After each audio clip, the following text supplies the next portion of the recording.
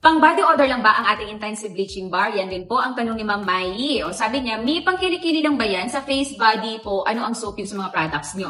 So ang ating intensive bleaching bar po ay jack of all trades po ito. Ibig sabihin, pwede siya sa kilikili, pwede sa face, pwede sa body, pwede sa singit, sa buong face, sa buong body natin, pwede. Ang intensive bleaching bar natin, yes, nakakawala siya ng body odor. Number 2, nakakalatin siya ng kilikili, nakakawala siya ng chicken skin, nakakawala din po ito ng pimple marks, acne, back knee, and butt knee.